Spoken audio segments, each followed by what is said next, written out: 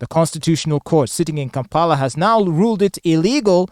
All laws that would allow girls that are below the age of 18 to get married, in a petition filed by Kampala civil rights activist Michael Aboneka and Kirya Martins, a 5-judge panel unanimously held that any law that would allow girls below the age of 18 to marry is inconsistent with the 1995 Constitution and therefore null and void.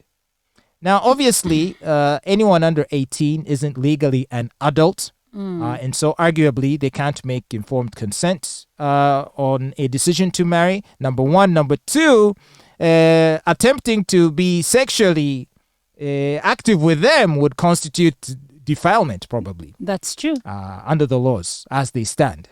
So you might as well just say, okay, so even if you are under 18, even marriage is off the table for you. I can see how that makes sense. But on the other hand, how about this? If you look through history, our grandparents, great-grandparents, got married a lot younger than 18. I mean, that was a different era, for sure. 50 to 100 years ago, people were getting married, especially ladies, 16, 17, sometimes 15. For those who are Christians, they might be happy to know that the mother of the Lord was betrothed at the age of 14. She could have been 14 years old. Yes. Right? So if, for example, there is a spiritual or divine interpretation to what should constitute the age of consent or marriage, well then, why wasn't Mary divinely impregnated at a much older age? So I will not respond to the religious allusions that you've made. No, but isn't it an interesting question? It is an interesting question, and I hear you. But if we are to look at our great-grandparents, yes, they got married young, but also you need to know that back in the day, we had high rates of maternal mortality rates because girls were getting married so young, so they were carrying baby, and many of them were dying during childbirth. So I think with modernity, our leaders decided, you know what, we need to let the girls grow a bit older to avoid things like this. And I think that's how we got here. Because if you look at science, yes, a girl can get pregnant even as young as 8 if she, gets into puberty early. But that doesn't mean that her body is fully formed for her to be a woman and carry a child to full term without any dangers to her health. Well, to the Leonardo DiCaprios of Uganda, I'm sure this is good news for them. But Leonardo dates girls that are of age. Of course. My point is, you'd be surprised because I've had arguments with Sarah where for her, even if Leo is dating someone who's 20 or 19, to Sarah, it's creepy and wrong. And I'm like, but how come? Because women who are 18 and above can vote. They can get driver's licenses. They can apply for mortgages. I mean, they're treated like fully fledged adult citizens of a country. No, and to make it so that it is wrong for them to enter into relationships with men who are older, it just seems like we're infantilizing these adult ladies. No, it is not wrong per se, but there are dynamics. For instance, Sarah and I have had a conversation off air. I don't know if she has had it with you about Celine Dion and her late husband. And this is a man that met this lady when she was below 18, became her manager. He's the guy who made her who she is today. Yeah. But then when she became of age, he married her, I think at around 21. And Sarah's argument is, it means even when she was a minor, this guy was looking at her and waiting for her to be ready. So it brings into the mind of, so this guy was hanging, let's say you were my friend Fatboy, you're seeing my babies grow. And then when my girl is 18, God forbid, you are dating her. It will make me think, so this guy was having impure thoughts about my daughter when she was a minor. And that is creepy. Well, the thing is, the law doesn't care about your thoughts. I know that it doesn't care about my emotions. The laws only care about someone's actions. So I hear you. Regardless of what impure thoughts someone may have, and they may indeed be distasteful, nonetheless, if someone patiently waits for a lady to reach the age of maturity and consent, and thereafter pursues a sexual relationship or marriage with her, To me, under the laws, there's no problem. No, of course, under the laws, like you said, it's very okay. But I would like to establish and be sure that this relationship that I know about now, after the child is of age, didn't begin when they were a minor. Okay, but because there is that too. There is but keeping it under wraps until when they are older, so that I can bite. In all fairness, I feel like the world is a bit unfair, and people like to throw the word creepy around willy-nilly. Remember the story of Princess, what's she called? Pretty Nicole, right? This lady who was in that video where she was being beaten up by her friend. Now, obviously, before we learned that she was 14 years old, most guys were viewing her with some admiration because physically, her body, she has a fully developed body, let's just say. Yes, and that is so. Now, obviously, when it was announced that, oh, by the way, this girl is 14, a lot of guys were like, oops, wait a minute. Okay. Because the eyes, look, our brains may tell us that age of consent is this, but our eyes might look at someone and view someone that is in that way. Let me tell you, when I was 14, I was pretty much like Pretty Nicole. I was not rowdy like she was or she is, but I was like her. My body was fully formed. I had hips, I had breasts, I had everything. And that's the age when men started, telling me things, whispering things to me. But that doesn't mean that they do not. I mean, when you look at that girl, away from their body, you can see that her face, that girl is young. And I'm sure Ara Kelly had the same kind of comeback. Oh, I didn't know, they didn't tell me they were young, but he knew. See, I feel like sometimes a man can actually look at a girl and be like, she seems young, but her body is fully formed, so I'm going to pretend that I don't think that she's young. I guess the point I'm making is because in relation to the Celine Dion's husband, this is a guy who probably viewed her as a romantic prospect. Now, we can only assume that he didn't try to do anything before she became an adult. We have no idea. We have no idea. And Sarah's argument is that probably this guy was actually feasting on a young girl, but he waited until the right time to bring it out to the public that, oh, by the way, I'm in love with my talent. He might have, and we may never know. And one wonders, as a manager, as someone that was in that industry, how many kids was he feasting on before he married Celine? It's a viable question.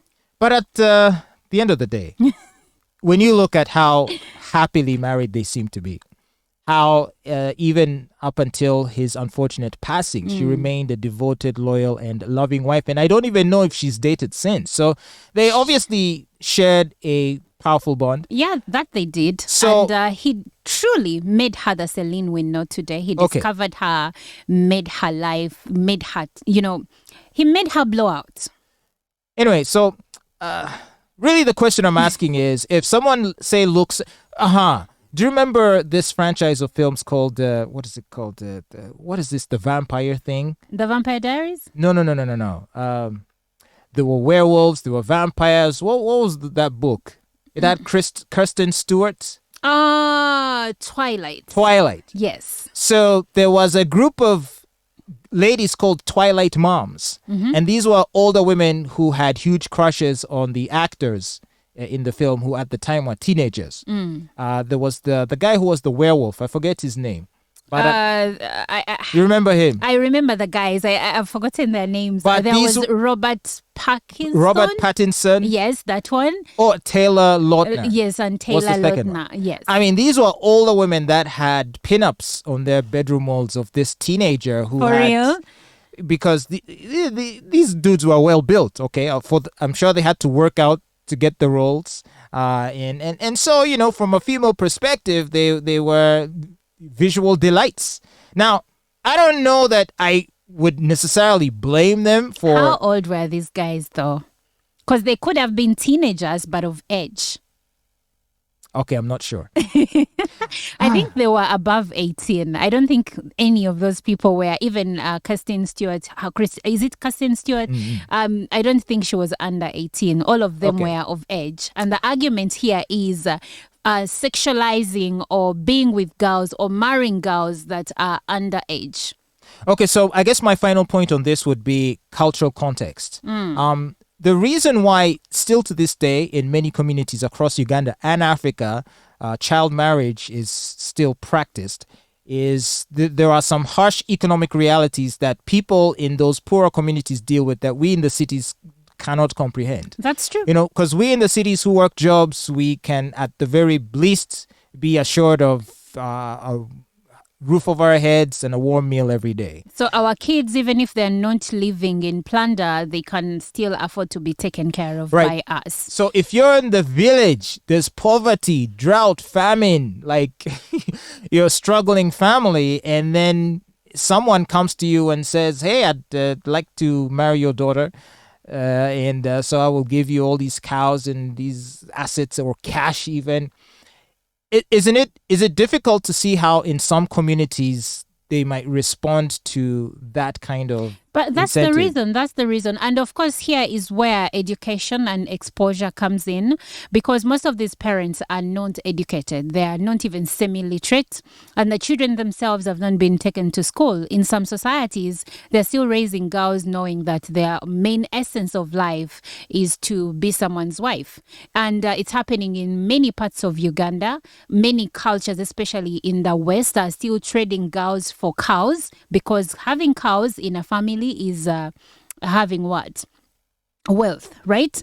And the other day I was watching a documentary on YouTube about girls in Afghanistan. They are giving away, families are giving away girls as young as 9 years to men as old as 60 years old in exchange for about $1,000 because the families are so poor. Now, this is really sad, but yeah, it's happening. So then isn't the best way to combat that, if you believe it is a thing to be combated, to improve the economic situation of the communities at large so that they would not have to resort to something like this? And the reason I'm bringing this up because now that the judges have unanimously ruled that a girl in Uganda cannot be married if she's below the age of 18, the thing is, it is probably still going to be practiced in different communities across the country. And so now you're going to have like a lot of marriages that are currently taking place in this country amongst these dispossessed and desperate communities are A, going to be ruled null and void, and B, the people involved are going to be deemed criminals, and perhaps but they are criminals, even if it's the parents themselves. Criminal charges will be levied. And and I brought up the point of about how for us in our communities and in our circumstance here in the cities, we're educated. It's a different story to a rural community where for them, it's a life or death situation. But you see, like you said to me earlier, the law is not emotional. So you're not going to cry to the judge and say that, oh, but I'm poor, this was the only way. Because also in certain families, parents are lazy. They don't want to work. Their husbands whose job is to wake up in the morning, go to the nearest bar at the village center, drink and come home and, so they look at the child, the child, like in Karamoja. If you get your period and your father finds out that you got your period, you're ready for marriage. But remember, girls can get their periods at as early as 11, at as early as 10. But he thinks because she now has her period, she's ready to be someone's wife. But what is he doing as a parent? Yes, he's poor. But has he even tried to do anything? Is he farming? Is he keeping cattle? Nothing. He's just waiting. We don't know that. Olive, that's not. No, I feel like you're being a bit.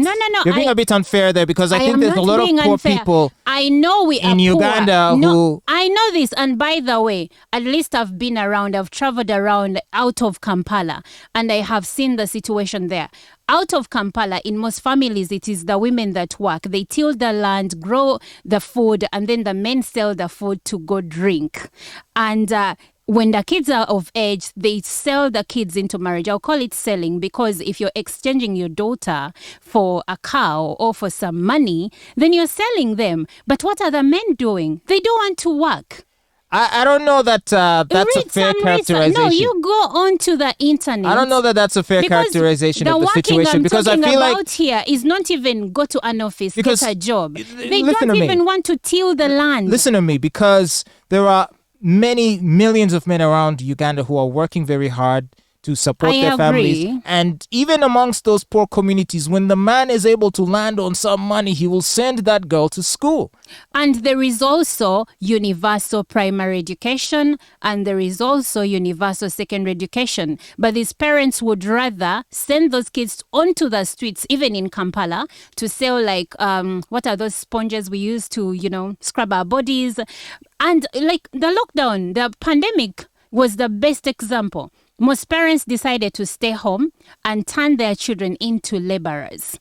Because these kids have parents. You ask them, where is your mother? Now, where is your father? So all I will say to that is, again, I feel inclined to be open-minded to the plight of the people in the community that would force them into making these sorts of choices. I don't think many are making these choices gleefully. I feel like a lot of communities are backed against the wall. No, there are people. They're short of options. There are people and it's a last backed against resort. the wall, but there are people who are just lazy. I haven't talked to all the street kids, I won't lie, but I've had conversations with like a few kids that sell kasoli. You've seen those kids carrying saucepans of maize on the head. And one time I found a young girl. I asked her, how old are you? She told me she was 7. So I asked her, do you stay with your mother? She said, I stay with my aunt. And I asked her, do you go to school? She said, no. Does your aunt have kids? Yes. Do they go to school? Yes. So where is your aunt right now? She said, my aunt is at home. And I asked her, because it was around 3 p.m. I asked her, what time are you supposed to go home? She said, when the maize is over. Now, I'm using this example. I don't even want to dwell on the fact that the auntie and her kids were home sending a 7-year-old to sell maize. But I'm telling you, there are homes where these kids are sent to sell. When you ask them where the mom is, they're like, the mother is at home. Well, it's a cruel world. It's a cruel world. It's a cruel world. I know some people are genuinely dealt poor, a very unfair but hand. some people are lazy, especially men who like to drink and sell their daughters to get some little money. You should be ashamed of yourself. There we go. Yes. But anyway, so the courts have pronounced themselves on the matter. So if she's below 18 years of age, you can't marry her. And you can't touch that. Forget about it, okay?